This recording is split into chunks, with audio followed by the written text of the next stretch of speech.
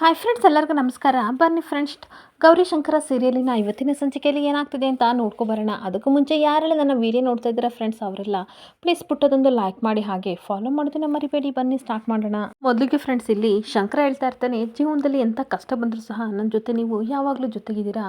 ನಿಮಗೋಸ್ಕರ ನಾನು ಏನೂ ಮಾಡಲಿಲ್ಲ, ಅದಕ್ಕೋಸ್ಕರ ನೀವು ಹೇಳ್ದಂಗೆ ಇನ್ಮೇಲೆ ಕೇಳಬೇಕಂತ ನಾನು ಡಿಸೈಡ್ ಮಾಡಿದ್ದೀನಿ.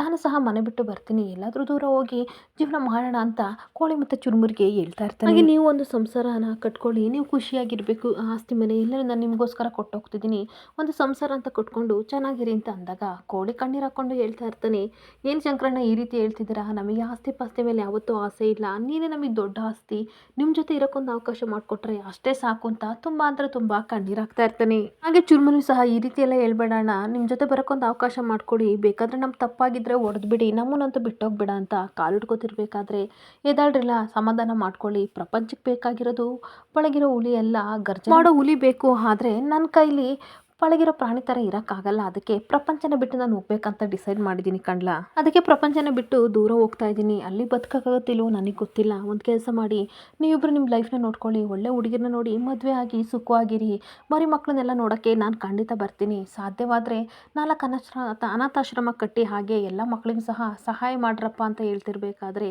ಈ ರೀತಿ ಎಲ್ಲ ಅನ್ಬೇಡ ಅಣ್ಣ, ನೀನು ಎಲ್ಲಿ ಹೋಗ್ತೀವಿ ಅಲ್ಲಿಗೆ ನಾವು ಬರ್ತೀವಿ ಅಂತ ಕೋಳಿ ಚುರುಮುರಿ ಇಬ್ಬರು ಕಣ್ಣೀರು ಹಾಕ್ತಾ ಇರ್ತಾರೆ. ಹಾಗೆ ಇನ್ನೊಂದು ಕಡೆ ಹರಿ MLA ಆಗಿರೋ ಶಿವರುದ್ರಪ್ಪನಿಗೆ ಖಡಕ್ ವಾರ್ನಿಂಗ್ ಕೊಡ್ತಾ ಇರ್ತಾನೆ. ಅದಕ್ಕೆ ಹೇಳೋದು, ನೀವು ಯಾವ ಪವರ್ ಬೇಕಾದರೂ ಕಿತ್ಕೋಬೋದು, ಆದರೆ ಈ ಪವರ್ನ ಕಿತ್ಕೊಳ್ಳೋಕ್ಕಾಗಲ್ಲ, ನಮ್ಮ ಪವರ್ನ ಕಿತ್ಕೊಳ್ಳೋಕ್ಕಾಗಲ್ಲ, ಅದು ವಿದ್ಯೆಗಿರೋ ತಾಕತ್ತು ಅಂತ ಅನ್ಬೇಕಾದ್ರೆ ಈಗ DC ಮಾಲಿನ್ಗೆ ತುಂಬ ಖುಷಿ ಆಗ್ತಾ ಇರುತ್ತೆ. ಹಾಗೆ ತುಂಬ ನಗಾಡ್ಕೊಂಡು ಹೇಳ್ತಾ ಇರ್ತಾನೆ, ಸೆಲ್ಯೂಟ್ಗೇನು ಸರ್, ಬೇಕಾದ್ರೆ 5 ಸ್ಟಾರ್ ಓಟಿಗೆ ಹೋದರೆ ಸೆಕ್ಯೂರಿಟಿ ಬೇಕು ಅಂತಲೇ ಹೋಗೋ ಬರೋರಿಗೆಲ್ಲರೂ ಸಹ ಸೆಲ್ಯೂಟ್ ಹೊಡಿತಾನೆ, ಆದರೆ ಸುಮ್ಮನೆ ಸೆಲ್ಯೂಟ್ನ ಹೊಡಿಬಾರ್ದು ಸರ್, ಮರ್ಯಾದೆ ಅನ್ನೋದು ತಾನಾಗೆ ಬರಬೇಕು, ಆಗ ಇಷ್ಟಪಟ್ಟು ಒಬ್ಬರಿಗೆ ಸೆಲ್ಯೂಟ್ ಹೊಡಿಬೇಕು ಅಂತ ಮುಕ್ಕು ಕೊಡ್ದಂಗೆ ಹೇಳ್ತಾ ಇರ್ತಾನೆ. ನೋಡಿ ಸರ್, ಅವಮಾನ ಅನ್ನೋದನ್ನ ಎಲ್ಲರೂ ಮಾಡ್ತಾರೆ, ಆದರೆ ಮಿನಿಸ್ಟರ್ ಅನ್ನೋ ಪದವಿನ ಏನಾದ್ರು ಬಿಟ್ಟು ನಾವೇನಾದ್ರು ಇದು ಮಾಡಿದ್ರೆ ತುಸು ಪಟಾಕಿ ಹಾಕ್ತೀರಾ ಅಂತ ಟೀಕೆ ಮಾಡ್ತಾ ಇರ್ತಾರೆ. ಶಿವರುದ್ರಪ್ಪ ಏನ್ಲ ಮಾತಾಡ್ತಿದ್ದೀಯ ಅಂತ ಅಂದಾಗ, ಸೋ ಸಾರಿ ಸರ್, ನನಗೆ ಯಾವಾಗಲೂ ಸ್ವಲ್ಪ ಜಾಸ್ತಿ ಮಾತಾಡೋದು ಹ್ಯಾಬಿಟ್ ಇದೆ, ನೀವು ಟೆನ್ಷನ್ ಮಾಡ್ಕೋಬೇಡಿ ಸರ್, ದಯವಿಟ್ಟು ಇಲ್ಲಿಂದ ಹೊರಡಿ, ಇಲ್ಲ ಅಂತಂದರೆ ಸೆಕ್ಯೂರಿಟಿಗೆ ಪ್ರಾಬ್ಲಮ್ ಆಗುತ್ತೆ, ಹೋಗಿ ಅಂತ ಹೇಳ್ತಾ ಇರ್ತಾನೆ. ಹಾಗೆ ನೋಡಿ ಸರ್, ಈ ಗೌರವ ಎಲ್ಲ ನಿಮಗಲ್ಲ, ನಿಮ್ಮ ಪದವಿಗೆ ನಾವು ಕೊಡ್ತಾ ಇರೋದು ಅಂತ ಅಂದಾಗ, ಏನೆಲ್ಲ ಹೇಳ್ತಿದ್ದೀಯ ಅಂತ ರುದ್ರ ಕೂಗಾಡ್ತಿರ್ಬೇಕಾದ್ರೆ, ABCD ಎಲ್ಲ ಕಲಿತೆ ನಾವು ಈ ಪದವಿಗೆ ಬಂದಿರೋದು, ಬನ್ನಿ ಬೇಗ ಬನ್ನಿ, ಇಲ್ಲ ಅಂತಂದ್ರೆ ಕ್ರೌಡ್ ಜಾಸ್ತಿ ಆಗುತ್ತೆ ಅಂತ ಕರ್ಕೊಂಡು ಹೋಗ್ತಾ ಇರ್ತಾನೆ. ಹಾಗೆ ಅವ್ರನ್ನೆಲ್ಲ ಕಳಿಸಿದ ಮೇಲೆ DC ಮಾಲಿನ ಹತ್ರ ಬಂದು ಸೆಲ್ಯೂಟ್ ಹೊಡೆದು, ಸಾರಿ ಮೇಡಮ್, ಸಿಚುವೇಶನ್ನ ಹ್ಯಾಂಡಲ್ ಮಾಡಬೇಕಿತ್ತು, ತುಂಬ ಬೇರೆ ಕ್ರೌಡ್ ಇತ್ತಲ್ಲ, ಅದಕ್ಕೆ ನಿಮ್ಮ ಪರ್ಮಿಷನ್ ಇಲ್ಲದೆ ಏರ್ ಫೈರ್ ಮಾಡಿದೆ ಅಂತ ರಿಕ್ವೆಸ್ಟ್ ಮಾಡ್ಕೋತಾ ಇರ್ತಾನೆ. ಹಾಗೆ ಓಕೆ ಅಲ್ವಾ ಮೇಡಮ್, ನಾನು ಮಾಡಿದ್ದು ಸರಿನಾ ಅಂತ ಅಂದಾಗ, ಈ ಕಡೆ ಮಾಲಿನಿ ಏನು ಮಾತಾಡದೆ ಕತ್ತಲ್ಲಾಡಿಸ್ತಿರ್ಬೇಕಾದ್ರೆ, ಸರಿ ಬನ್ನಿ ಮೇಡಮ್, ಜಾಸ್ತಿ ಹೊತ್ತು ನೀವು ಇಲ್ಲಿ ಇರಬಾರ್ದು, ನಿಮಗೆ ಪ್ರಾಬ್ಲಮ್ ಆಗುತ್ತೆ ಅಂದ್ಬಿಟ್ಟು ಅವಳನ್ನ ಕಳ್ಸಿಕೊಡ್ತಾ ಇರ್ತಾನೆ. ಹಾಗೆ ನನ್ನ ಕಡೆ ಕೋಳಿ ಚುಂಬುರಿ ಶಂಕರನ ಹತ್ರ ಆಟ ಮಾಡ್ತಾ ಇರ್ತಾರೆ. ಅಣ್ಣ, ಹುಟ್ಟು ಬೆಳೆದಿರೋ ಊರನ್ನ ಬಿಟ್ಟು ಹೋಗ್ತೀನಿ ಅಂತ ಅಂತಿದೆಯಲ್ಲ, ನೀನು ಹೋಗ್ಬೇಡ ಅಂದರೆ ಹೋಗ್ಬೇಡ ಅಂತ ಅಂದಾಗ, ಯಾಕ್ಲಾ ಅಂತ ಕೇಳ್ತಾ ಇರ್ತಾನೆ. ಅಲ್ಲ ಅಣ್ಣ, ನೀನು ಇದ್ದೇ ಈ ಊರಿಗೆ ಎಷ್ಟು ತೊಂದರೆ ಆಗ್ತಿದೆ, ನೀನು ಇಲ್ಲ ಅಂತಂದರೆ ಇನ್ನು ಹೆಂಗಾಗಬಾರ್ದು, ನೀನೇ ಒಂದ್ಸಲ ಯೋಚನೆ ಮಾಡೋಣ ಅಂತ ಕ್ವಶನ್ ಮಾಡ್ತಾ ಇರ್ತಾರೆ. ಹಾಗೆ ಅಣ್ಣ, ಒಂದು ವಿಷಯನ ಗೆಪ್ತಲಿಟ್ಕೊ, ನೀನೇನಾದ್ರು ಇಲ್ಲ ಅಂತಂದರೆ ದುಷ್ಟರನ್ನ ಹಿಡಿಯೋಕ್ಕಾಗಲ್ಲ ಅಣ್ಣ, ಈ ಕಡೆ ಅವಮಾನ ಅನ್ನೋದು ತಾಂಡವ ಆಡುತ್ತೆ, ದಯವಿಟ್ಟು ಅರ್ಥ ಮಾಡ್ಕೊಳ್ಳೋಣ ಅಂತ ಕೋಳಿಗೆ ರಿಕ್ವೆಸ್ಟ್ ಮಾಡ್ಕೋತಾ ಇರ್ತಾನೆ. ಹಾಗೆ ಚಿರುಮುರಿನೂ ಸಹ, ಅಣ್ಣ ನೀನೇನಾದರೂ ಹೋಗ್ತೀಯ ಅಂತ ಗೊತ್ತಾದರೆ ಶಿವರುದ್ರಪ್ಪ ತಾಂಡವ ಆಡ್ತಾರೆ ಅಣ್ಣ, ಈ ಊರನ್ನ ನಿಜವಾಗ್ಲೂ ಉದ್ಧಾರ ಆಗಕ್ಕೆ ಬಿಡಲ್ಲ, ನೀನು ಸ್ವಲ್ಪ ಯೋಚನೆ ಮಾಡು ಅಂತ ಅವನು ಸಹ ತುಂಬ ರಿಕ್ವೆಸ್ಟ್ ಮಾಡ್ಕೋತಾ ಇರ್ತಾನೆ. ಹಾಗೆ ಅಣ್ಣ, ಇದು ನ್ಯಾಯನ ಅಂತ ಅನ್ಬೇಕಾದ್ರೆ ಏನ್ರೆಲ್ಲ ಮಾಡೋಣ, ನನ್ನ ಅಮ್ಮಿಯವರು ಮತ್ತು ನಮ್ಮ ಅವ್ವ ಇಬ್ಬರು ಸಹ ಊರು ಬಿಟ್ಟು ಹೋಗೋಣ ಅಂತ ಅಷ್ಟು ಕೇಳ್ಕೊತಿದ್ದಾರಲ್ಲ, ಅವ್ರಿಗೋಸ್ಕರ ನಾನು ಇಷ್ಟು ಮಾಡಲಿಲ್ಲ ಅಂತ ಅಂದರೆ ಏನಿಲ್ಲ, ಇಷ್ಟು ವರ್ಷದಿಂದ ಬಡದಾಟ ಆಡಿ ನನಗಂತೂ ಜೀವನ ಸಾಕಾಗಿದೆ, ನಾನು ಇನ್ನೇನು ಮಾಡೋಣ ಹೇಳ್ರಿ ಅಂತ ಕೇಳ್ತಾ ಇರ್ತೀನಿ. ಹಾಗೆ ಇನ್ಮೇಲಿಂದ ನಾನು ಯಾವ ಉಸಾಬರಿನೂ ಮಾಡ್ಕೊಳ್ಳಲ್ಲ ಕಣ್ಲಾ, ನನಗೆ ಯಾವ ಬಡದಾಟ ಬೇಡ, ನನಗೂ ಜೀವನ ಸಾಕಾಗಿದೆ, ಅದಕ್ಕೆ ನಾನು ಡಿಸೈಡ್ ಮಾಡಿದ್ದೀನಿ ಅಂತ ಅಂದಾಗ, ನೀನೇ ಹಿಂಗಂದ್ರೆ ಹೆಂಗೆ ಅಣ್ಣ, ಅಮ್ಮವ್ರು ಹೇಳಿದಿನ ಗೆಪ್ತಿ ಮಾಡ್ಕೊಳ್ಳಿ, ನೀನೇ ಇನ್ಮೇಲೆ ಈ ಊರನ್ನ ಉದ್ಧಾರ ಮಾಡಬೇಕು ಅಂತ ಹೇಳಿದ್ರು ತಾನೆ, ಯಾಕಣ್ಣ ಮರ್ತೆ ಅಂತ ಕೋಳಿ ಕೇಳ್ತಾ ಇರ್ತಾನೆ. ಹಾಗೆ ಅದಕ್ಕೆ ಅಣ್ಣ, ಅಮ್ಮವ್ರಿಗೆ ಗೊತ್ತಿತ್ತು ಅಂತ ಅನ್ಸುತ್ತೆ, ಅದಕ್ಕೆ ನಾನು ಊರು ಬಿಟ್ಟು ಹೋದಾಗ ಈ ಊರಲ್ಲಿ ತಾಂಡವ ನಡೆಯುತ್ತೆ ಅಂತ ಗೊತ್ತಿತ್ತು, ಅಟ್ಟಹಾಸ ಎಲ್ಲ ಮೆರಿತಾ ಇರುತ್ತೆ ಅಂತ ಗೊತ್ತಿತ್ತು, ಅದಕ್ಕೋಸ್ಕರ ನೀನೇನೇ ಕಾಪಾಡಬೇಕು ಅಂತ ಎಚ್ಚರಿಕೆ ಕೊಟ್ಟಿದ್ದು, ಆದರೆ ನಮಗೆ ಅವಾಗ ಅರ್ಥ ಆಗಲಿಲ್ಲ ಅಂತ ನೆನಪು ಮಾಡ್ತಾ ಇರ್ತಾನೆ. ಆಗ ಶಂಕರ ಹೇಳ್ತಾ ಇರ್ತಾನೆ, ಅವ್ವ ಹೇಳಿದ್ದು ನನ್ನ ಕುಟುಂಬನ ಕಾಪಾಡು ಅಂತ, ಊರ ಜನಗಳನ್ನೆಲ್ಲ ಅಂತ ಅಂದಾಗ ಚುರುಮುರಿ ಹೇಳ್ತಾ ಇರ್ತಾನೆ, ಅಲ್ಲೇ ಅಣ್ಣ, ನೀನು ತಪ್ಪಾಗಿ ತಿಳ್ಕೊಂಡಿದ್ದು, ಊರ ಜನಗಳನ್ನೆಲ್ಲನೂ ತನ್ನವರು ತನ್ನ ಮನೆಯವರು ಅಂತ ಅವ್ವ ಅನ್ಕೊಂಡಿದ್ರು, ನೀನು ತಪ್ಪಾಗಿ ತಿಳ್ಕೊಂಡಿದ್ಯಾ, ಯೋಚನೆ ಮಾಡು ಅಂತ ಹೇಳ್ತಾ ಇರ್ತಾನೆ. ಹಾಗೆ ನೋಡು ಶಂಕರಣ್ಣ, ನೀನು ಊರು ಬಿಟ್ಟು ಹೋಗ್ತಿದೆಯಲ್ಲ, ಇದನ್ನ ಖಂಡಿತ ಅಮ್ಮವರೇ ಬಂದು ತಡಿತಾರೆ ನೋಡು ಅಂತ ಅಂದಾಗ, ಮುಚ್ಚರಿಲೆ ಬಾಯ, ಏನೇನೋ ಮಾತಾಡಬೇಡಿ, ಅವ್ವ ಏನು ಹೇಳಿದ್ಲು ಅದೇ ರೀತಿ ನಾನು ನಡ್ಕೋತಾ ಇದ್ದೀನಿ ಅಷ್ಟೇ ಅಂತ ಶಂಕರ ಬೈತಾ ಇರ್ತಾನೆ. ಹಾಗೆ ನೋಡ್ರಲ್ಲ, ನನಗೆ ನನ್ನವರು ನನ್ನ ಕುಟುಂಬದವ್ರು ಅಷ್ಟೇ ಇಂಪಾರ್ಟೆಂಟು, ಊರಿನ ಜನಗಳಲ್ಲ ಅಂತ ಬೈದ್ಬಿಟ್ಟು ಅವನ ಸಮಾಧಿಗೆ ಶರಣ ಮಾಡ್ಕೊಬರಕ್ಕೆ ಅಂತ ಹೋಗ್ತಾ ಇದ್ದೀನಿ, ಬರೋರಿದ್ರೆ ಬರ್ಬೋದು ಅಂತ ಗಾಡಿ ಹತ್ತುತ್ತಿರ್ಬೇಕಾದ್ರೆ ಕೋಳಿ ಚುರುಮುರಿ ಅವ್ರ ಜೊತೆ ಹೋಗ್ತಾ ಇರ್ತಾರೆ. ಹಾಗೆ ಗಾಡಿಲಿ ಹೋಗ್ತಾ ಇರ್ಬೇಕಾದ್ರೆ ಇಬ್ರು ಹೆಂಗಸರು ಸೀಮೆಣ್ಣನ ಸುರ್ಕೋತಿರೋದನ್ನ ಕೋಳಿ ಚುರುಮುರಿ ನೋಡಿ ಶಾಕ್ ಆಗಿ ಶಂಕರಣ್ಣ ಅಂತ ಕೂಗ್ತಾ ಇರ್ತಾರೆ. ಅಣ್ಣ ಒಂದು ನಿಮಿಷ ಗಾಡಿ ನಿಲ್ಸು ಅಂತ ಅಂದಾಗ ಶಂಕರ ಅವ್ರನ್ನ ನೋಡಿ ಶಾಕ್ ಆಗಿ ಓಡ್ ಬಂದ್ಬಿಟ್ಟು ಅವ್ರ ಮೈ ಮೇಲೆ ಸುರಿತಿದ್ದ ಸೀಮೆಣ್ಣನ ಹೊರಗಡೆ ಚೆಲ್ತಾನೆ. ಏನಾಗಿತ್ತರವ ನಿಮಗೆ, ಮೈ ಮೇಲೆಲ್ಲ ಸೀಮೆಣ್ಣೆ ಸುರ್ಕೋತಿದ್ದೀರಾ, ಅಂಥದ್ದೇನಾಯ್ತು ಅಂತ ಅಂದಾಗ ನಮ್ಮ ಜೀವನನೇ ಹಾಳಾಯ್ತು ಶಂಕರಣ್ಣ ಅಂತ ಆ ಹೆಂಗಸರು ಕಣ್ಣೀರಾಗ್ತಾ ಇರ್ತಾರೆ. ಆಗ ಶಂಕರ ತುಂಬ ಆವೇಶದಿಂದ ಏನು ಮಾಡ್ಕೋತಿದ್ದೀರಾ, ಅಟ್ಲೀಸ್ಟ್ ಇದಕ್ಕೆ ಕಾರಣ ಏನು ಅಂತ ಅಂದಾಗ ಏನಪ್ಪ ಹೇಳಿ, ನೀನೇನೋ ಊರು ಬಿಟ್ಟು ಹೊರಟಿದ್ಯಾ, ಆದರೆ ನೀನು ಊರು ಬಿಟ್ಟು ಹೊರಟ್ರೆ ನಮ್ಮನ್ನೆಲ್ಲ ಕಾಯರು ಯಾರು, ಗರ್ಭಗುಡಿಲಿ ದೇವರೇ ಇಲ್ಲ ಅಂತ ಅಂದಮೇಲೆ ಭಕ್ತಾದಿಗಳಂತಾನೆ ಯಾವ ರೀತಿ ಬದುಕ್ತಾರೆ ನೀನೇ ಹೇಳು ಅಂತ ಗೋಳು ಅಂತ ಕಣ್ಣೀರಾಗ್ತಾ ಇರ್ತಾರೆ. ಹಾಗೆ ಶಂಕರ ಕೈ ಮುಗ್ದು, ನೋಡಮ್ಮ ಕೈ ಮುಗ್ದು ಕೇಳ್ತೀನಿ, ನಾನು ಊರು ಬಿಟ್ಟು ಹೋಗೋಕ್ಕೂ ನೀವು ಸೀಮೆಣ್ಣೆ ಸುರ್ಕೊಳ್ಳೋಕ್ಕೂ ಏನು ಸಂಬಂಧ ಅಂತ ಅಂದಾಗ ಸಂಬಂಧ ಇದೆ ಕಣಪ್ಪ, ಸಂಬಂಧ ಇರೋದಕ್ಕೆ ನಾವು ಕೇಳ್ತಾ ಇರೋದು.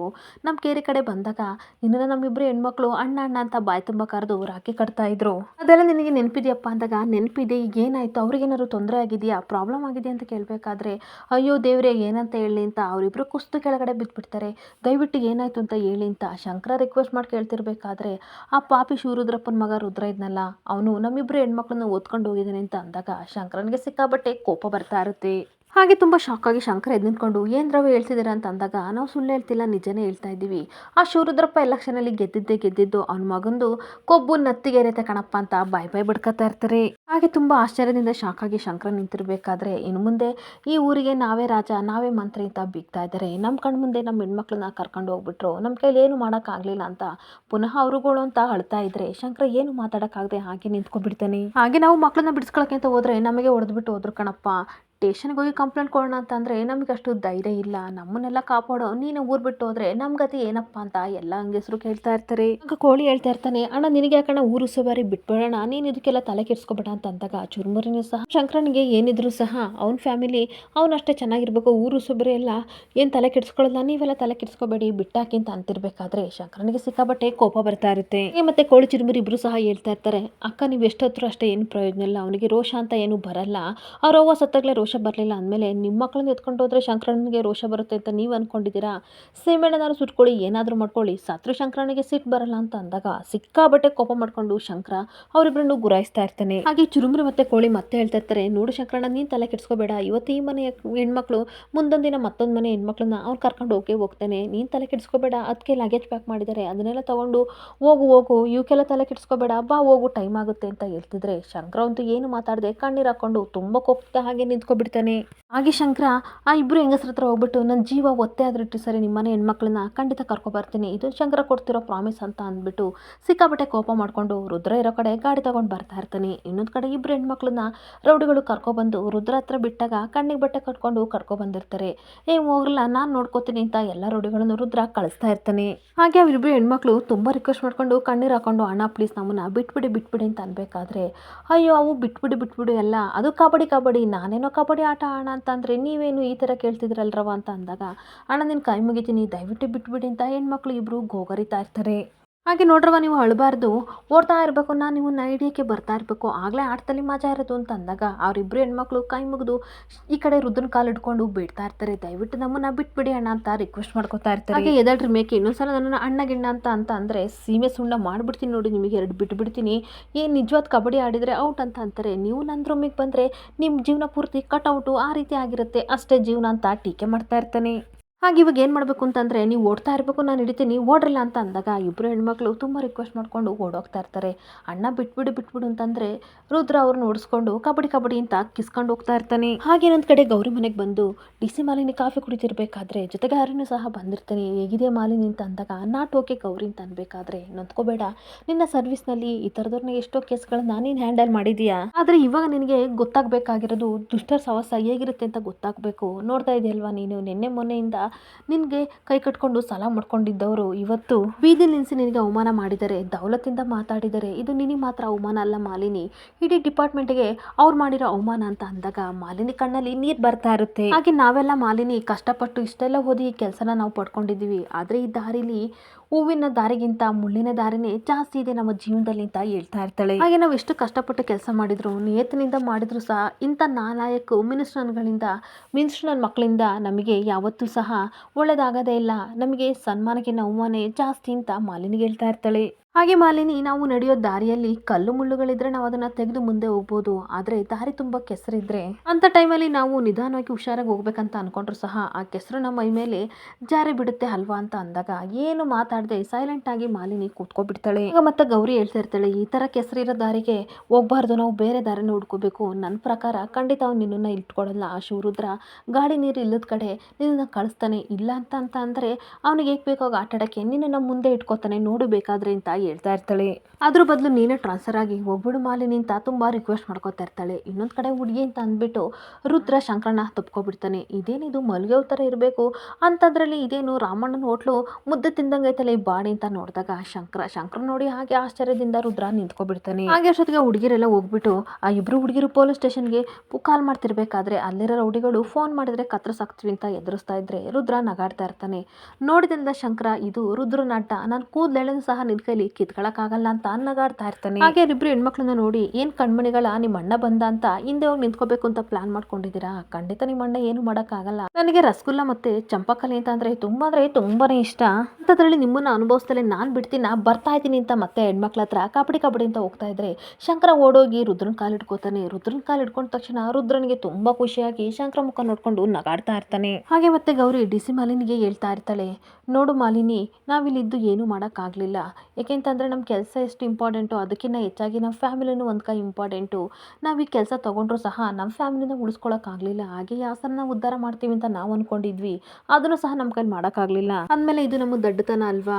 ನಿನಗೆ ಅನ್ನಿಸ್ತಿರ್ಬೋದು, ಏನಪ್ಪ ಇವಳು ಇಷ್ಟೊಂಥರ ಕಷ್ಟಪಟ್ಟು ಓದಿ ಅಷ್ಟೆಲ್ಲ ಕಷ್ಟಗಳನ್ನ ಎದುರಿಸಿ DC ಆಗಿಬಿಟ್ಟು ಇವಾಗ ಈ ಯಾವನೋ ಮಿನಿಸ್ಟರ್ ಟಾರ್ಚರ್ ಕೊಡ್ತಾನೆ ಅಂತ ಹಿಂದೆ ಸರಿಸಿದಾಳಲ್ಲ ಅಂತ ನಿನಗೆ ಅನಿಸ್ಬೋದು ಮಾಲಿನಿ. ಆದರೆ ಸಿಚುವೇಶನ್ ಆ ಥರ ಇಲ್ಲ. ನಮಗೆ ಜನರು ಸೇವೆ ಮಾಡೋದು ಎಷ್ಟು ಮುಖ್ಯನೋ ಹಾಗೆ ನಮ್ಮ ಫ್ಯಾಮಿಲಿನೂ ಸಹ ಉಳಿಸ್ಕೊಳ್ಳೋದು ಅಷ್ಟೇ ಮುಖ್ಯ. ಈ ಪಾಪಿಗಳು ಏನು ಮಾಡೋಕ್ಕೂ ಸಹ ರೆಡಿಯಾಗಿದ್ದಾರೆ. ನೀನು ಅಷ್ಟೇ ಊರು ಬಿಟ್ಟು ಹೋಗ್ಬಿಡು, ನಾನು ಅಷ್ಟೇ ನನ್ನ ಮಗಳಿಗೋಸ್ಕರ ಊರು ಬಿಟ್ಟು ಹೋಗ್ತಾ ಇದ್ದೀನಿ. ನಿನ್ನ ಮಗಳನ್ನ ಬೇಕಾದ್ರೆ ಇವರು ಏನಾದರೂ ಮಾಡ್ತಾರೆ ಅಂತ ಅಂದಾಗ DC ಮಾಲಿನಿಗೆ ಶಾಕ್ ಆಗ್ತಿರುತ್ತೆ. ಹಾಗೆ ಅರುಣು ಸಹ, ಹೌದು ಮಾಲಿನಿ, ಗೌರಿ ಹೇಳ್ತಾ ಇರೋದು ಕರೆಕ್ಟ್ ಆಗಿದೆ. ಇಂಟೆಲಿಜೆನ್ಸ್ ರಿಪೋರ್ಟ್ ಪ್ರಕಾರ ಇಲ್ಲಿ ದೊಡ್ಡ ಕ್ರೈಮೇ ನಡೀತಾ ಇದೆ. ಸದ್ಯದ ಪರಿಸ್ಥಿತಿ ಮಿನಿಸ್ಟರ್ ಆಗಿರೋದ್ರಿಂದ, ಶಿವರುದ್ರಪ್ಪ ಮಿನಿಸ್ಟರ್ ಆಗಿರೋದ್ರಿಂದ ಎಲ್ಲ ರೌಡಿಗಳು ಹಳೆ ಆಟನ ಶುರು ಮಾಡ್ಕೊಂಡಿದ್ದಾರೆ. ನ್ಯಾಯಯುತವಾಗಿ ಕೆಲಸ ಮಾಡೋರಿಗೆ ಇಲ್ಲಿ ಬೆಲೆ ಇಲ್ಲ. ನಾನು ಸಹ ಟ್ರಾನ್ಸ್ಫರ್ಗೆ ಅಪ್ಲಿಕೇಶನ್ ಹಾಕಿದ್ದೀನಿ. ಹಾಗೆ ಗೌರಿ ಮತ್ತು ಶಂಕರ ಇಬ್ಬರು ಸಹ ಊರು ಬಿಟ್ಟು ಹೋಗ್ತಾ ಇದ್ದಾರೆ. ನೀನು ಸಹ ಟ್ರಾನ್ಸ್ಫರ್ ತಗೋ ಮಾಲಿನಿ ಅಂತ ಹರಿ ಹೇಳ್ತಾ ಇರ್ತಾನೆ. ಹಾಗೆ ಕಡೆ ಶಂಕರ ರುದ್ರನ ಕಾಲು ಇಟ್ಕೊಂಡು ಹೋಗ್ಬೇಕಾದ್ರೆ ರುದ್ರ ಹೇಳ್ತಾ ಇರ್ತಾನೆ, ಏನಿಲ್ಲ ನನ್ನ ಕಾಲು ಇಟ್ಕೊಂಡಿದ್ಯಾ? ನೀನು ಬಂದಿದ್ದ ಅವ ನೋಡಿದ್ರೆ ನನ್ನನ್ನು ಹೊಡೆದು ಬಡ್ದು ಚಚ್ಚಾಕ್ತೀಯ ಅಂತ ಅನ್ಕೊಂಡೆ.